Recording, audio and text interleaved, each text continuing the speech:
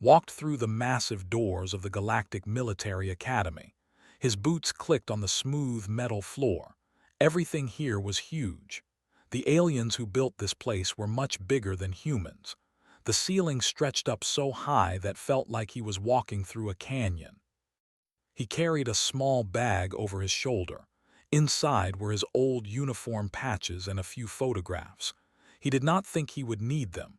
He did not want to need them. Waited for him near the lecture hall entrance. She was the only other human on this entire planet. She taught combat medicine here. When she saw, she did not smile. Her eyes asked him a silent question. "Are you sure you want to do this?" Nodded once. He was not sure at all. The lecture hall could hold 500 students. Today it was almost full. Looked at the sea of alien faces. There were tall ones and short ones. Some had fur. Some had scales. Some had skin that changed colors. A few floated in the air inside special suits. None of them were human. These students came from 70 different worlds. They were the best and of their species. They came here to learn about war, but knew something they did not. Most of them had never really seen war, not the kind humans knew. Professor stood at the front of the hall. Her people looked like tall lizards that walked on two legs. She had beautiful purple scales and golden eyes that could see in the dark. She was old by her people's standards. She had lived for 300 years. She had studied warfare for 200 of those years. Raised one clawed hand. The room went quiet. "Students," she said, her voice was deep and smooth. "Today we have a special guest. He is from Earth. He served in the human military for 8 years. He fought in 7 different conflicts. His government gave him many medals for bravery." Some students leaned forward with interest. Others looked bored. One student in the back was clearly sleeping. A young named raised his hand. His people were small and covered in soft blue fur. They had big black eyes and gentle voices. "Professor, I have read about humans. They are not very strong, are they? Their bones break easily. They cannot see well in the dark. They cannot run as fast as my people." Several students made sounds of agreement. It was true. Humans were not the strongest species in the galaxy. They were not the fastest They did not have claws or armor or poison. By galactic standards, humans were weak. Smiled, but it was not a happy smile. "That is all true," he said. "Humans are not the strongest." Gestured for to come to the front. "Has agreed to speak with you today. He will answer your questions about human warfare. Who would like to ask first?" His hand shot up again. "Sir, can you tell us about one real combat experience? Something that showed you what war is really like?" The room went quiet. All the alien eyes turned too. They waited for an exciting story. They expected tales of glory and honor. They thought war was about brave speeches and quick victories. She sat in the back of the room. Her face was blank, but he could see the tension in her shoulders. She knew what story he would tell. She had been there. "Are you sure you want to know?" asked the room. Nodded eagerly. "Yes, sir, we want to learn." Set his bag down on the floor. He walked to the center of the stage. For a moment he said nothing. He looked at all these young faces. They were so eager, so innocent. They thought they understood war because they had studied it in books. "Human warfare is different," said slowly. "Very different from what most species do. When your people fight, you use drones, yes, or you bomb from space. Your wars last days or weeks at most." Many heads nodded. That was how civilized species fought wars. Quick, clean, efficient. "Humans fight differently," continued. "I will tell you one story, just one. But I need you to understand something first. This is not a story about victory. This is not a story about glory. This is a story about what humans become when we have no other choice." A few students shifted in their seats. The sleeping one in the back woke up. Leaned forward. She had studied human warfare for decades. She thought she understood it, but something in his voice made her scales prickle with unease. "The story is about New Kyoto," said. "It was a colony world. Earth had sent 40,000 civilians there to start a new life. In 2339, there was an uprising. Rebels wanted to take the colony. They had ships and weapons. They had numbers. His hands clenched into fists. He did not notice. I was 22 years old. I was part of a defensive unit. There were 40 of us, just 40 soldiers. Our job was simple. We had to protect one evacuation point. The civilians needed time to get to the ships. We had to give them that time. "How long?" asked the tall student. 6 hours, said. That is how long command told us to hold. 6 hours until reinforcements would arrive. 6 hours and then we could leave. He paused. The room was completely silent now. The rebels came at us with everything they had. 2,000 fighters in the first wave. They had better weapons than us. They had more ammunition. They had vehicles and artillery support. We had 40 soldiers and concrete walls. His eyes were wide. 2,000 against 40. How did you survive? Looked at him. For the first time, the students saw something in the humans' eyes that made them uncomfortable. It was not fear. It was not sadness. It was something else. Something cold and hard and completely inhuman. "I need you to understand," said quietly. "We are not the strongest species. We are not the fastest. We are not the... But there is one thing humans can do better than any other species I have ever met." "What is that?" asked. "We endure," said. "No matter what happens, no matter how much it hurts, we keep going. We do not know how to quit." He took a deep breath. "Let me tell you about the siege of New Kyoto. Let me tell you what 40 humans did when they had no choice but to become monsters." His voice was steady, but his hands trembled slightly. He did not try to hide it. "The first wave hit us at dawn. 2,000 rebels with military-grade weapons. They had rocket launchers. They had armored trucks. They came at us like a flood." Several students leaned forward. This was what they wanted to hear. Battle, action, victory. "We were in an old warehouse at the edge of the evacuation zone. It had thick walls. That was good. It had only 3 exits. That was bad. We set up firing positions at the windows. We put our heavy guns at the main entrances. We had 4 medics. Was the head medic. She was only 20 years old." A reptilian student raised his hand. "Sir, did you call for air support, orbital strikes?" Shook his head. "The rebels had anti-air missiles. They shot down the first 3 ships that tried to help us. Command could not risk more pilots. We were on our own." "But surely your people evacuated you?" another student asked. "No," said simply. "The civilians needed those evacuation ships. Every seat was for them. We knew this when we volunteered. 40 soldiers to buy time for 40,000 civilians. The math was simple." Scales had gone pale. In culture, warriors were precious. They would never be abandoned. You knew you might die and you still stayed. "We gave our word," said. "That is what humans do. When we say we will do something, we do it, even if it kills us." He continued his story. "The rebels thought it would be easy. They sent the first wave at us with confidence. They thought 40 humans would run or surrender. They were wrong." His voice became quieter, but somehow that made it more terrible. "We opened fire when they got within 200 meters. Our lieutenant, his name was, he gave the order. We had good aim. We had good discipline. We cut down the first line of attackers, then the second line, then the third." Was no longer smiling. "How many did you kill?"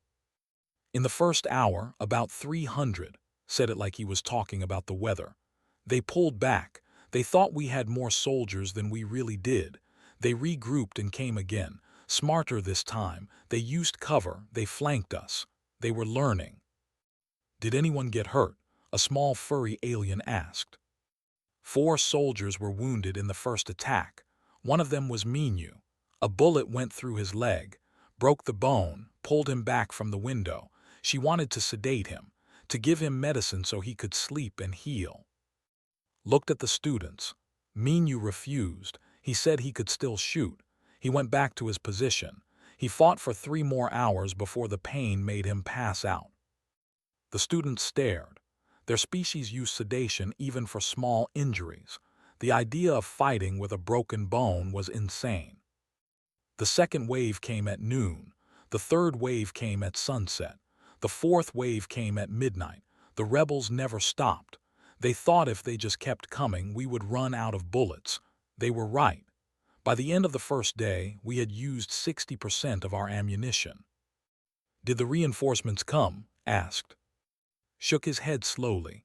"No, command sent a message. The rebels had blocked all the routes. Reinforcements were delayed. They told us to hold for 24 more hours." "One more day?" asked. "That is what they said," replied.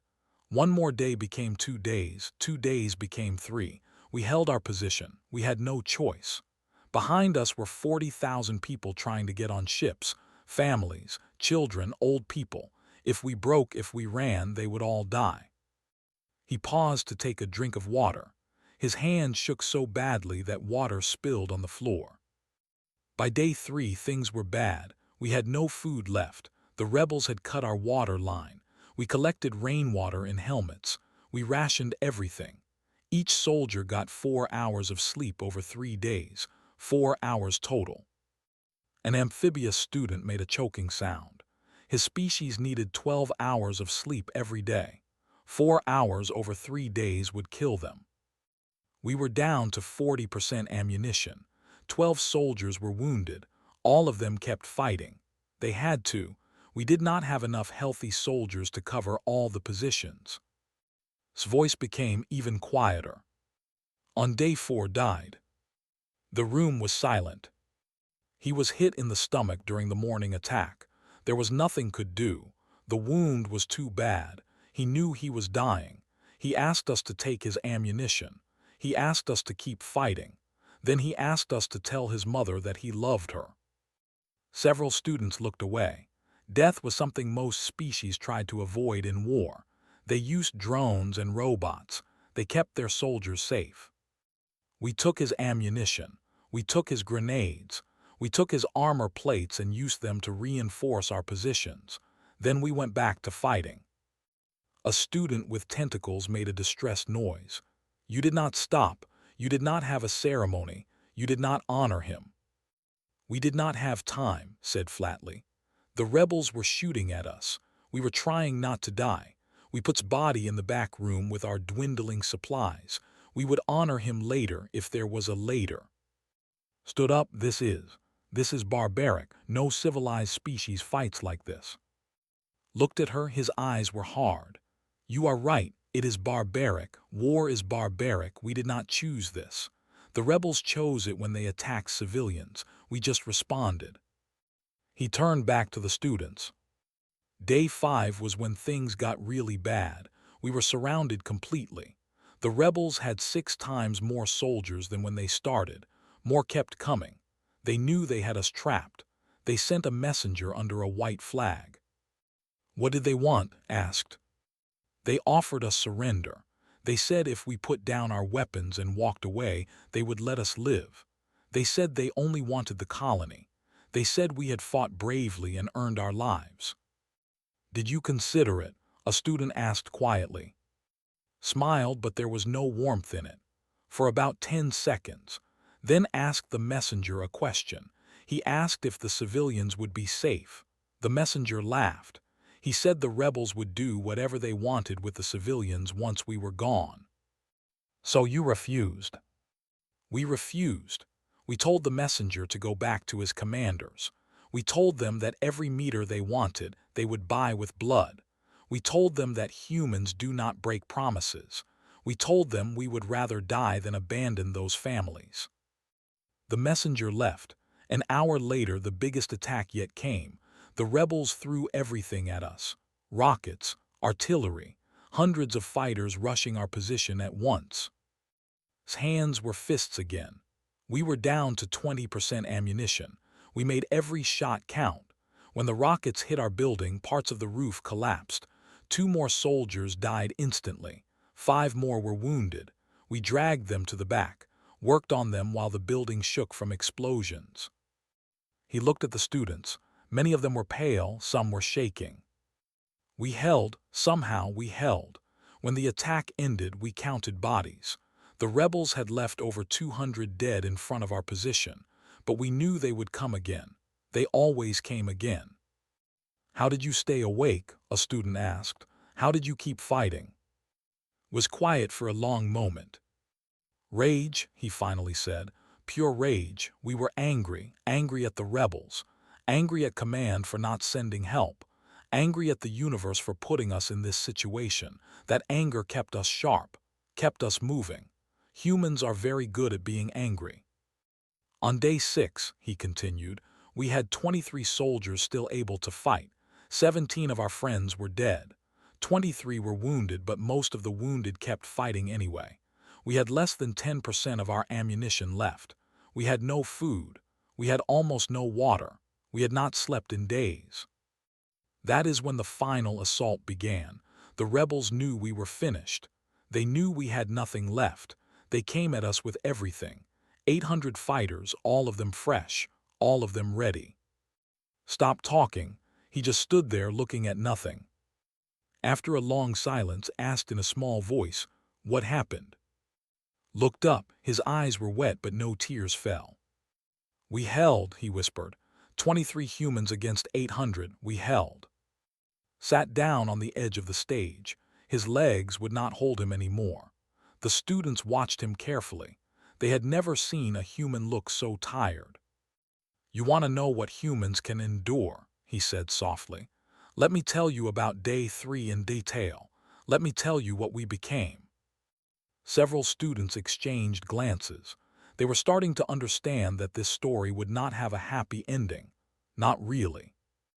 We had not eaten in 2 days. Most species would be weak by then, unable to focus. But humans evolved from hunters.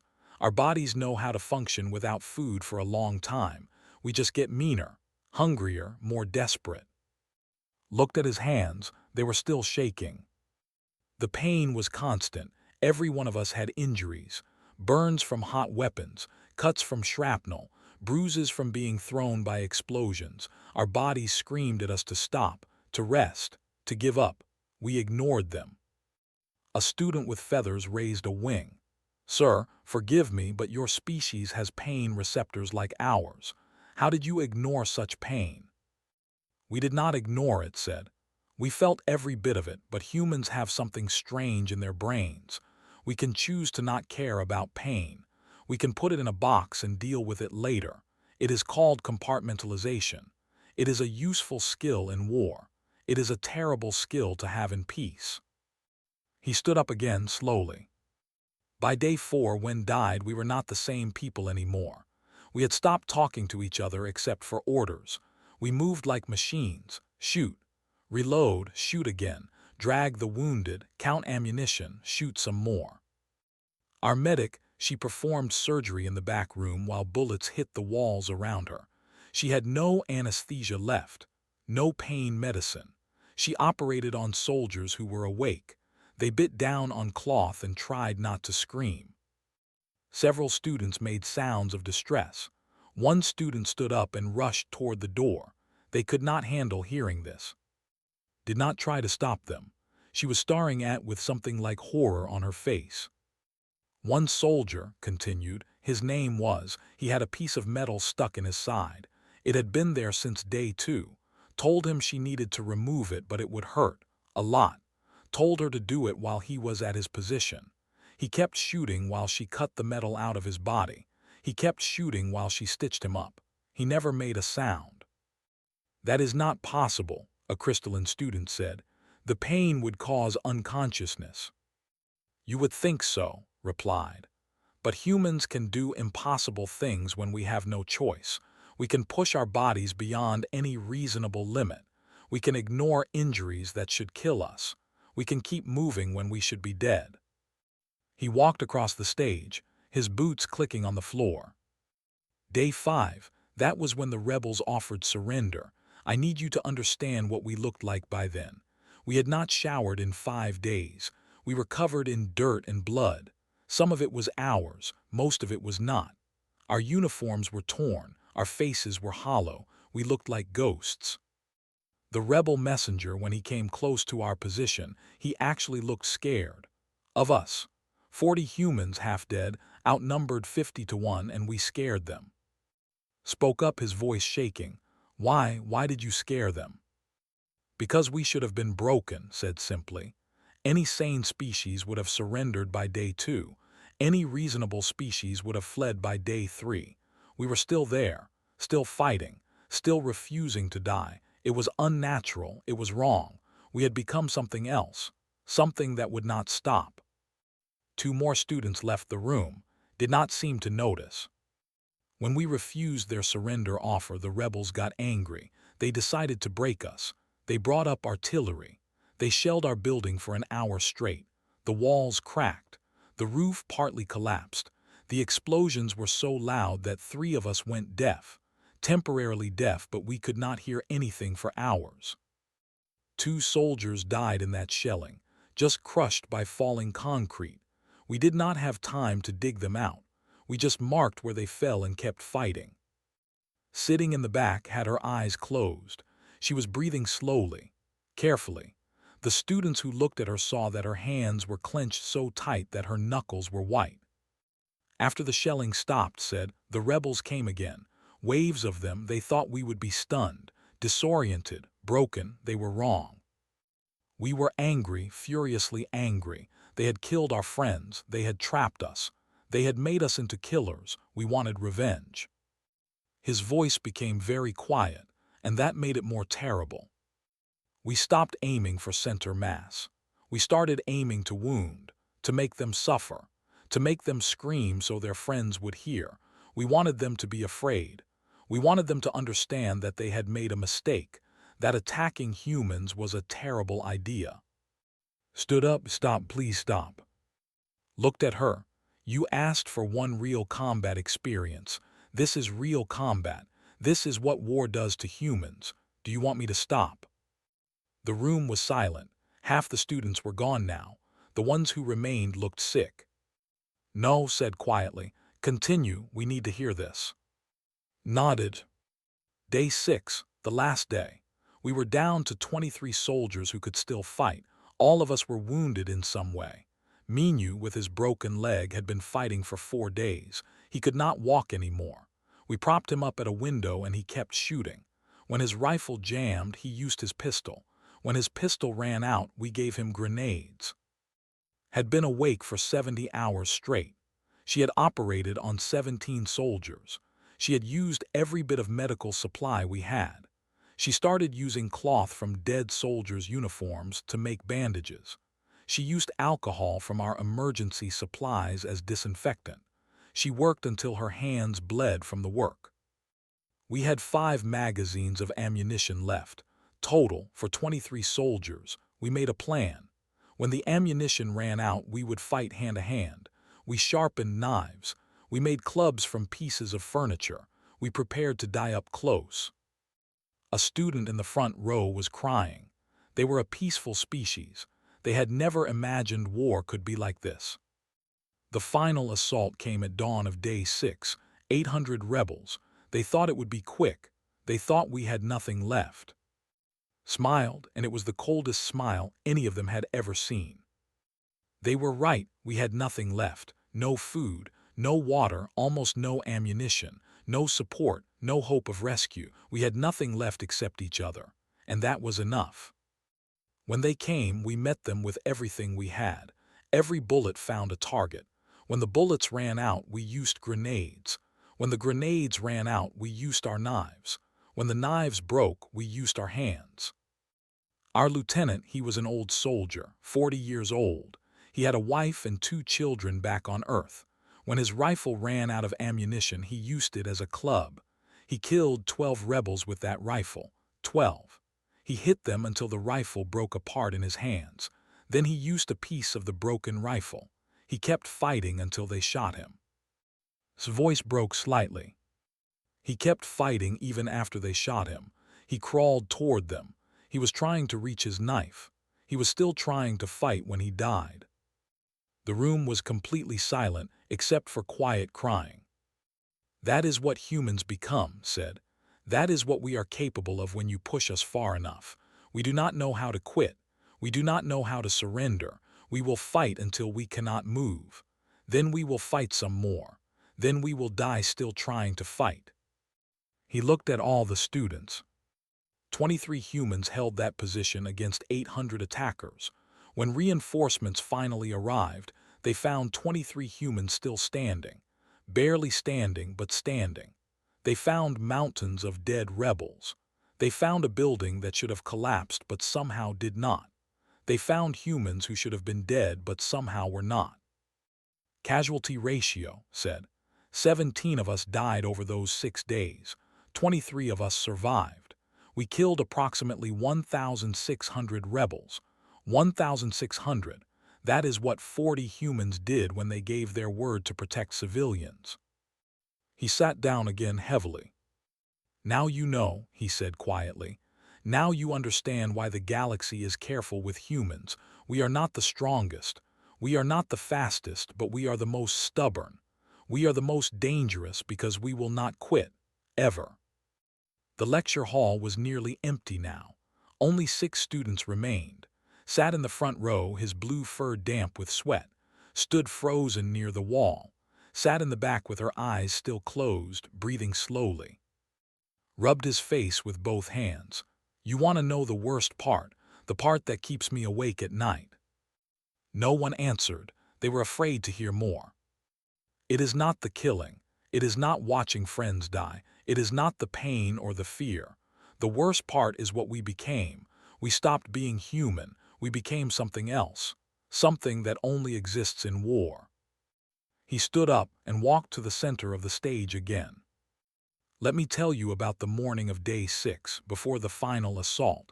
We had 23 soldiers who could still fight, but fight is a generous word. Minu's leg was infected. The bone had not set right. He should have been in a hospital.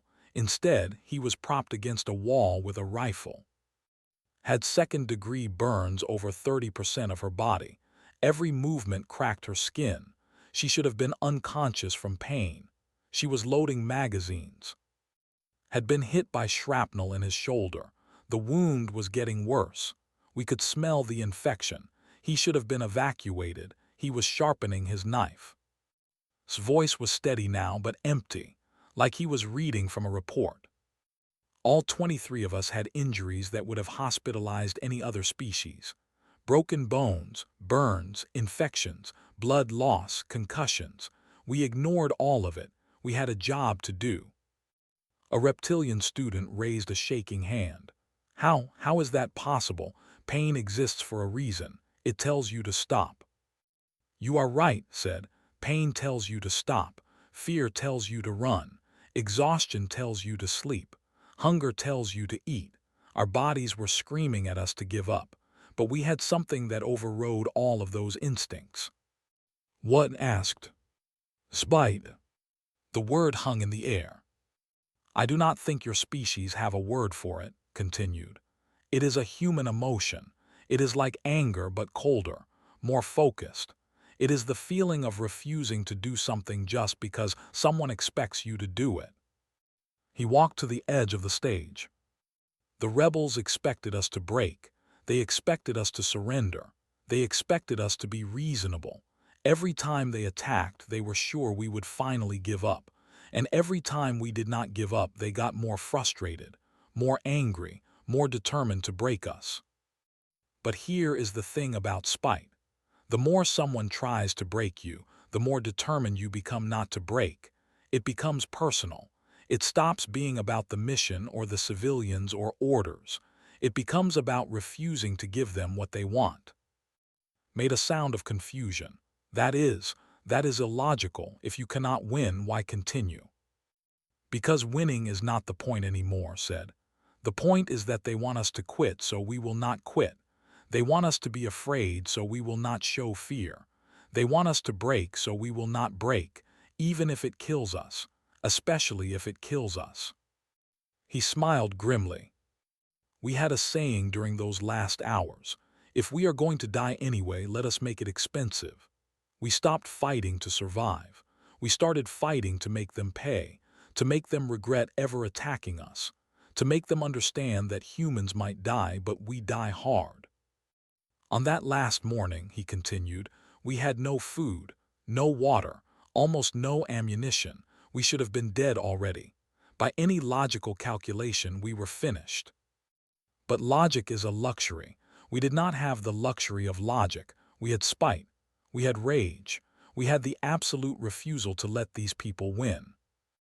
Pointed at the door where students had left. Your species fight wars with logic, with strategy, with clear goals and acceptable losses. You fight until the cost becomes too high, then you stop. That is reasonable. That is civilized.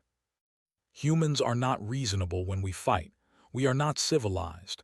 We fight like cornered animals. We fight like we have nothing to lose.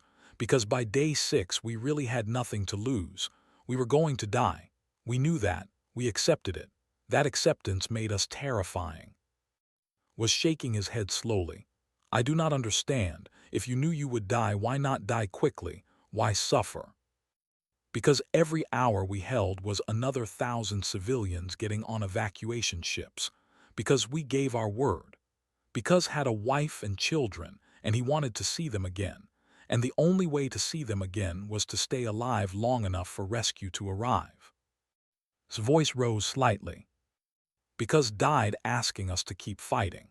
Because was 21 years old and had never even kissed anyone, and she deserved better than to die at 21. Because Minu kept making jokes even with an infected leg, and someone needed to be alive to remember his jokes. He stopped and took a breath. We fought for spite. We fought for duty. We fought for each other. We fought because stopping would mean admitting that all the pain and death had been for nothing. We could not let it be for nothing.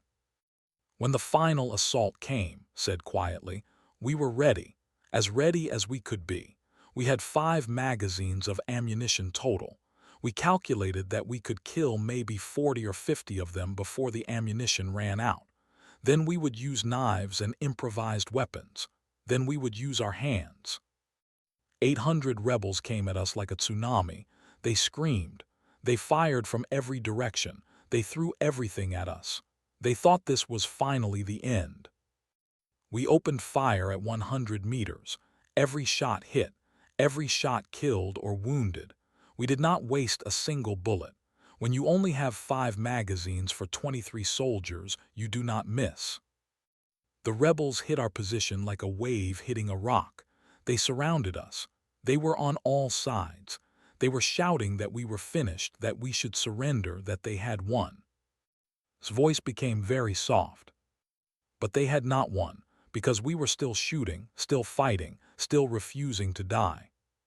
When the ammunition ran out, we grabbed our knives. When the knives broke, we grabbed pieces of furniture. Minu, who could not even walk, he threw his empty rifle at a rebel who got too close. The rifle hit the rebel in the face hard enough to break teeth. Then Minu pulled out a knife and kept fighting from the floor. She was 19 years old, youngest person in our unit. She was so scared when the war started. By day 6, she was laughing while she fought, actually laughing. She had gone past fear into something else, something broken, but she kept fighting. I saw our medic hit a rebel with a medical case. When he fell, she stabbed him with surgical scissors. Who had spent 6 days trying to save lives, she killed a man without hesitation. Because he was trying to kill us, because we had no choice. Fought until the very end. When his rifle was empty, he used it as a club. When it broke, he used his hands. I saw him punch a rebel so hard that he broke his own knuckles. He did not even notice. He just kept hitting until that rebel stopped moving. Wiped his eyes. The fighting was chaos. It was hand-to-hand. It was brutal. It was nothing like the clean warfare you study here. It was animals fighting in the mud, except we were not animals. We were humans who had been pushed past every limit. We had become something worse than animals, something that could not be stopped. And then, he said, we heard something, a sound from above, the sound of human ships, the sound of reinforcements finally arriving. The rebels heard it too. They started to pull back. They ran. After 6 days of attacking us, they finally broke. They ran because they realized what they were facing. They were not fighting soldiers anymore. They were fighting humans who had nothing left to lose, humans who would rather die than surrender. When the reinforcements landed, they found 23 humans still standing, covered in blood, covered in wounds, but standing. We had held, against impossible odds, against logic, against all reason. We had held. He looked at the remaining students. That is what humans are. We are not stronger or faster or smarter, but we are too stubborn to know when to quit, and that makes us the most dangerous species in the galaxy. Finished talking. The silence in the lecture hall was total. Even the air system seemed quiet. He stood on the stage, looking at the 6 remaining students. They stared back at him with wide eyes. Professor moved slowly toward the front of the room. Her scales had turned a pale gray color. In her species, that meant fear or shock. She looked at for a long moment, then turned to face the students. "Class is canceled," she said. Her voice shook. "The next 3 classes are canceled. You will all report to the counseling center. That is not optional. You will speak with someone about what you heard today." The students did not move. They seemed frozen in their seats. "Go," said more firmly, "now." Slowly the students stood. They moved like people in a dream. Was the last to leave. He stopped at the door and looked back at. He opened his mouth like he wanted to say something, but no words came out. He just left. Only 3 people remained in the huge hall, and in the back. Sat down heavily in the front row. She looked old suddenly, tired. "I have studied human warfare for 200 years, she said quietly. "I thought I understood. I thought I knew what your species was capable of. I was wrong." Picked up his bag. "Most species are wrong about us. You see us and think we are weak, fragile, easy to break. You are right. We are all of those things, but you miss the important part." "What part?" asked. "Being breakable does not mean we will break," said. "Humans are fragile, yes, but we are also flexible. We bend instead of breaking. And when we finally do break, we break in ways that make us dangerous." Stood up and walked down from the back. She moved stiffly like her body hurt. She stopped next to. She did not look at him. "I was one of the 23, she said too. "Everything he said is true, all of it." His eyes went wide. "You were there." "I was," said. "I was the medic. I was 20 years old. I operated on 17 soldiers with no anesthesia. I watched people die while I tried to save them. I killed 3 rebels with surgical scissors when they broke into the medical room." Her voice was flat, empty, like she was reading from a book. "I remember every face, every wound, every person I could not save. It has been 8 years. I remember all of it. I will remember it until I die." Stood up, she looked at both humans. "How do you live with such memories? How do you function?" Laughed, but it was not a happy sound. "Most of us do not. 16 of the 23 survivors killed themselves within 2 years. They could not live with what we did, what we became, what we had to see." He sat down on the stage floor, suddenly exhausted. Shot himself 1 year after the siege. He was the one who made jokes. He kept everyone's spirits up. After the war, he could not find anything to smile about. He just stopped. Sumi hanged herself. She was so strong during the fighting. After, she had nightmares every night. She could not sleep, could not eat, could not function. She left a note saying she was tired of fighting. Overdosed on pain medication. The burns healed, but the pain never stopped. Not really. One day she just took all her medicine at once. Continued the list. Minyu drank himself to death. His leg never healed right. He walked with a cane. He said he could feel the broken bone every day. Said it reminded him of failure. He drank until his liver gave out. Nodded, drove his car off a bridge, shot himself, overdosed. All of them, one by one. They survived the war but could not survive the peace. "Why?" asked. "You were heroes. You saved 40,000 people. You held against impossible odds. Why could they not be proud? Because we are not heroes, said harshly. Heroes do not exist in real war. There are only survivors, and survivors carry guilt. Guilt for living when friends died, guilt for killing, guilt for what we had to become to stay alive. He looked at his hands. I killed 83 people during those 6 days. 83. I remember the faces of some of them. They were young. Some might have been younger than me. They had families. They had lives. I ended all of that. I am not a hero. I am a killer who happened to be on the right side. Spoke again. People thank us. They give us medals. They call us brave. But they do not understand. Bravery is not fighting through pain. Bravery is living with what you did after the fighting stops. Was quiet for a long time. When she spoke, her voice was small. I invited you here to inspire students, to show them what real warfare is. I thought it would motivate them, make them better soldiers. And now asked. Now I will recommend that humans never be invited to speak at this academy again. Not because you did anything wrong, but because your warfare is too different, too extreme. It would break my students to try to fight like you do. She stood up and walked toward the door, then stopped. I have one question. You said that was not even your worst experience. What was worse than 6 days holding against impossible odds? Was quiet. Then he said, the day I went home, the day I had to explain to mother why her son was dead, the day I had to tell her that her son asked me to tell her he loved her, the day I had to watch her break down, that was worse, much worse. Left without another word, and sat in silence for several minutes, finally spoke. Do you regret telling them? No, said. They needed to know. The galaxy needs to know what humans are capable of, what we become when we have no choice. Maybe it will make them think twice before starting wars.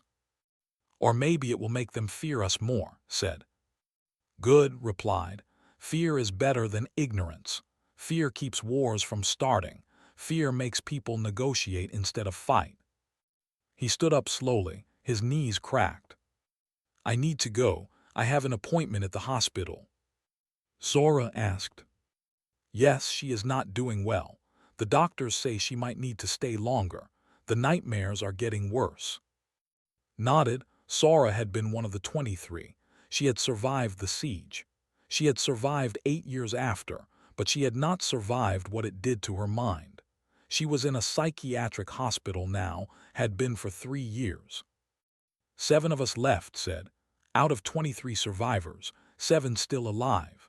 The war killed 17 during the fighting. It killed 16 more after. It is still killing us one by one. Picked up his bag. Do you ever regret it surviving? Thought about it every day, but I keep going. Someone has to remember the others. Someone has to tell their story, make sure they are not forgotten. Is that why you teach here? Yes, I teach aliens how to save lives in war. Maybe if I save enough lives, it will balance out the ones I took. It probably will not, but I have to try. They walked toward the door together. Do you think they understood? Asked the students who stayed. Shrugged, I do not know, but the young one, he looked different when he left. He looked scared. That is good. Soldiers should be scared of war. Fear keeps you alive. They reached the door. Outside, they could see alien students walking across the campus. Young, healthy, innocent. None of them had ever really seen war. The galaxy does not understand us, said. They see us and think we are weak. They think physical strength is what matters. They do not understand that the strongest armor is the refusal to break. They do not understand that humans can be broken 1,000 times and still keep going. Should we explain it to them? Asked. No, said. Let them learn on their own. Let them see what happens when they push humans too far. Let them see what we become when we have no choice. Maybe then they will understand why the galaxy is careful with us. They left the building together. Behind them, the empty lecture hall stood silent. The stage where had told his story was empty, but the impact of that story would spread. Students would talk. Professors would discuss. Reports would be filed. Word would spread across the galaxy. About 40 humans who held for 6 days. About humans who refused to break. About humans who became something terrifying when they were pushed too far. And the galaxy would remember, would understand, would be more careful. Because humans were not the strongest species. They were not the fastest but they were the most dangerous. Not because of weapons or technology, but because when you pushed a human past every limit, past every breaking point, past every reasonable expectation, they would still keep going. They would endure, they would fight, they would refuse to quit. And that made them more dangerous than any weapon in the galaxy. Somewhere in a hospital, Sora screamed in her sleep fighting battles that ended 8 years ago. Somewhere on Earth, monuments stood with 40 names carved in stone. 17 who died in battle, 23 who survived. 16 of the survivors now gone, killed by their own memories. 7 humans remained. 7 who still carried the weight of those 6 days. 7 who remembered what humans could do, what humans could become. 7 who lived with the knowledge that they were not heroes, just survivors of something that should have killed them. But they survived, because that is what humans do. They endure.